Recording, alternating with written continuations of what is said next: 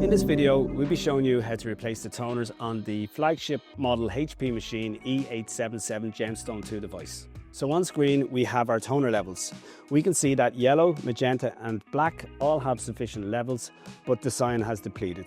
In order to remove the cyan, we hit the eject button. We follow the on-screen instructions, which asks us to open the front door. Once the front door is open, we can see that the toner is ejected safely. We remove the toner and dispose of responsibly. So now that we've removed our depleted toner, we take our new one from plastic, and we'll note that we have a handle. This is to agitate the toner to prime it before it goes into the machine. So we turn that 2 or 3 times. We remove it, place the toner in our device, close the front door, and now we hit the supplies level. And once the calibration is complete, we will see that the toner has come to 100%.